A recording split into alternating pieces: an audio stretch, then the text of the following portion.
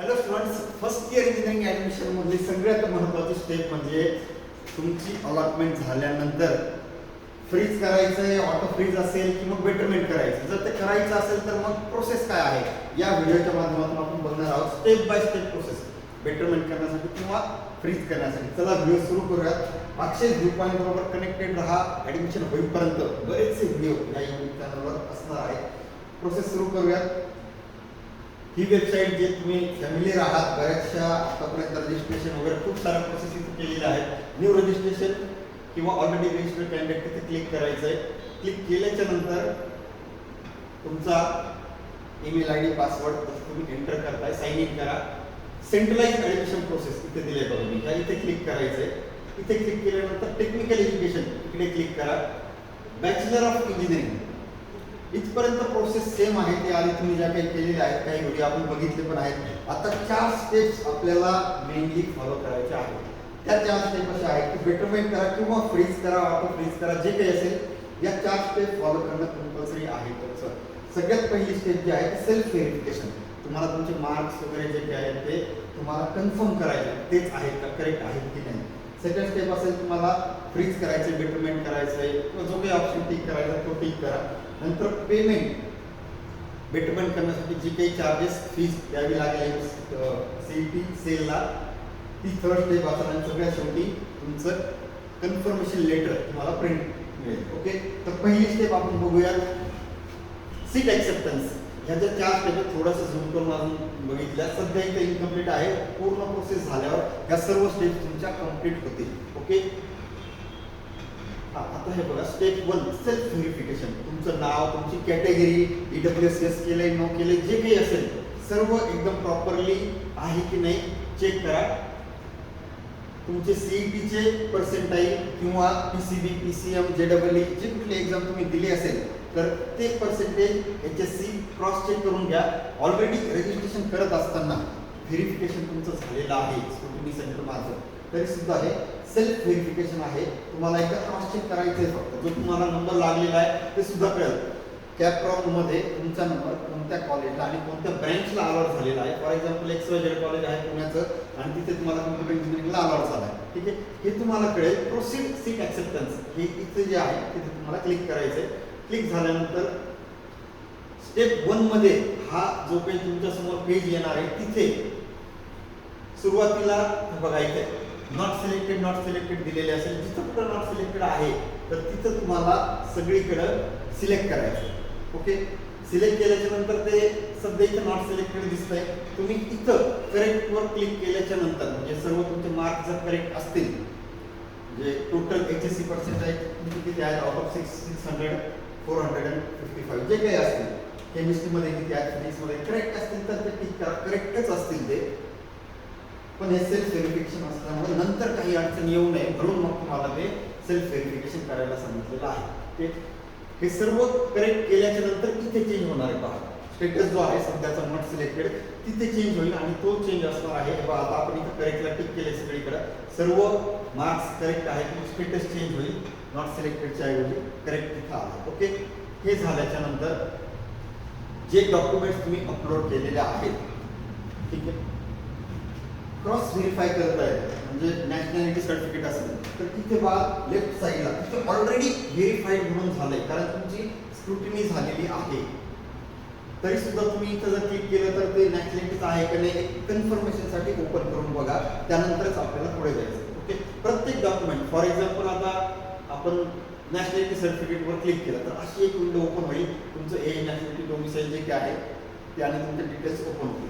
किंवा तुमचं 10th marksheet असेल ते क्लिक करा PDF वर, 10th मार्कशीट तुमचं ओपन होईल. ते फक्त क्रॉस व्हेरीफाय करा. त्यानंतर पुढे गेल्यावर सर्व व्हेरीफाईड डॉक्युमेंट ओके जर आहेत तर मग सेव्ह अँड प्रोसीड या बटनवर क्लिक करायचं. इथे क्लिक केल्याच्या नंतर एक विंडो जे सेल्फ कन्फर्मेशनसाठी ओपन होईल तिथे एक चेक बॉक्स आहे.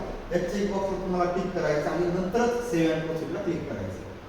ते झाल्याच्या नंतर सगळ्यात महत्त्वाची स्टेप हीच की ज्यासाठी आपण बेटरमेंट करतोय, फ्रीज करतोय, ऑटो फ्रीज करतोय. आता तुमचा नंबर कुठे लागलेला आहे, तुम्ही दिलेलं चॉईसचं कॉलेज आहे की नाही. जर तुम्हाला घ्यायचंच असेल कॉलेज आणि अलॉटमेंट झाल्यावर 3 दिवसात त्या कॉलेजला जाऊन रिपोर्टिंग करायचं, ॲडमिशन घ्यायचं तर तुम्ही फ्रीजला क्लिक केलं तरी चालेल. जर तुम्हाला पुढचे राऊंड्स करायचे आहेत आणि बेटरमेंटचं ऑप्शन टिक करायचं पाहिजे दिलेलं असतं बघा, बेटरमेंट ब्रॅकेटमध्ये नॉट फ्रीज, तात्पुरतं तुम्हाला फ्रीज करायचं नाहीये, बेटरमेंट करायचे जेणेकरून पुढचे राऊंड्स करता येतील. या दोन्हीपैकी एक ऑप्शन ज्याच्या त्याच्या चॉईसचा तो वेगवेगळा असेल, स्टुडंटनुसार तो व्हॅरी होईल. तुम्हाला ब्रँच मिळालेली किंवा कॉलेज मिळालेलं आहे त्यानुसार ते व्हॅरी होईल. मग बेटरमेंट करायची की फ्रीज करायचं. फ्रीज म्हणजे कन्फर्म जा आणि 3 दिवसात ॲडमिशन घ्या असं. बेटरमेंट म्हणजे या पुढचे राऊंड करा आणि जे सीट तुम्हाला अलॉट झालेलं आहे तर ते रिझर्व करून ठेवा. म्हणजे इन फ्युचर पुढचे जे काही राऊंड्स असतील, सेकंड थर्ड फोर्थ जे कुठले राऊंड असतील त्यामध्ये जर तुम्हाला कुठलंच सीट मिळालं नाही तर बेटरमेंट केल्यामुळे काय होईल की तुम्हाला फर्स्ट राऊंडला लागलेलं जे सीट आहे, जे कॉलेज आहे ते रिझर्व करून ठेवलं जाईल, तर दुसऱ्या कोणालाही दिलं जाणार नाही. याचा अर्थ तो असेल की बेटरमेंट. पण तुम्हाला पुढच्या राऊंड सेट करता येते. आता जर तुम्ही बेटरमेंट क्लिक केलं आणि पुढचे राऊंड सुद्धा अप्लाय करताय, ट्राय करताय, तुमचा नंबर कुठेच लागला नाही तर आहे ते कॉलेज अलॉट होईल. आता सेकंड केस, जर तुम्ही बेटरमेंट केली आहे आणि तुमचं नेक्स्ट राऊंडमध्ये दुसरं एखादं कॉलेज अलॉट झालं तर पहिल्या राऊंडला लागलेलं कॉलेज तुमचं निघून जाईल आणि तुमचा अधिकार असेल फक्त सेकंड राऊंडला लागलेल्या कॉलेजवर. तिथे घ्यायचंय की नाही ॲडमिशन तो पुढचा विषय. त्यावेळेस पण घ्यायचंय की बेटरमेंट करायचंय हे राऊंडवर ते डिपेंड असेल. ठीक आहे, तर मग इथे प्रॉपरली क्लिक करा. बेटरमेंट करायचं असेल तर इथे, ॲडमिशन घ्यायचं असेल तर इथं. ठीक आहे, मोस्टली फर्स्ट राऊंडमध्ये बरेचसे विद्यार्थी हे बेटरमेंट करतात किंवा केलं जातं. तर बेटरमेंटला सपोज तुम्ही इथे क्लिक केलं तर